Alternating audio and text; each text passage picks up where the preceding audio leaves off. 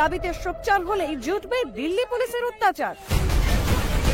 বিধ্বংসী ঝড়ে নিঃস্ব উত্তরবঙ্গের মানুষের মাথার ওপরের ছাদ নিশ্চিত করতে নির্বাচন কমিশনের কাছে আবেদন করতে গিয়েছিলেন আমাদের 10 সদস্যের প্রতিনিধি দল।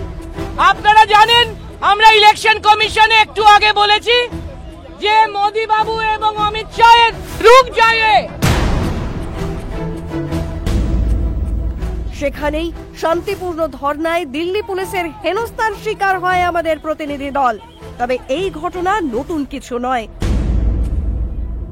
তাদেরকে যেভাবে টেনে হিঁচড়ে তুলে নিয়ে গেছে, আমি মনে করি দিনের আলোয় গণতন্ত্রকে হত্যা করা হয়েছে। এটাই দেশের গণতন্ত্র, এটাই মোদিজির নতুন ভারত। গত বছর ৩রা অক্টোবর বাংলার মানুষের হকের টাকার দাবিতে শান্তিপূর্ণ আন্দোলনে বসেছিলেন শ্রী অভিষেক বন্দ্যোপাধ্যায়।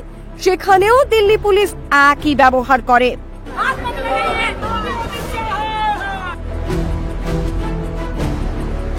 এমনকি দুদিন আগে প্রধানমন্ত্রী নিজেই এসেছিলেন জলপাইগুড়িতে, বলেছিলেন দেখা করবেন দুর্যোগে বিধ্বস্ত ময়নাগুড়ির বাসিন্দাদের সঙ্গে, কিন্তু তিনি তাদের সঙ্গে দেখা না করেই চলে যান।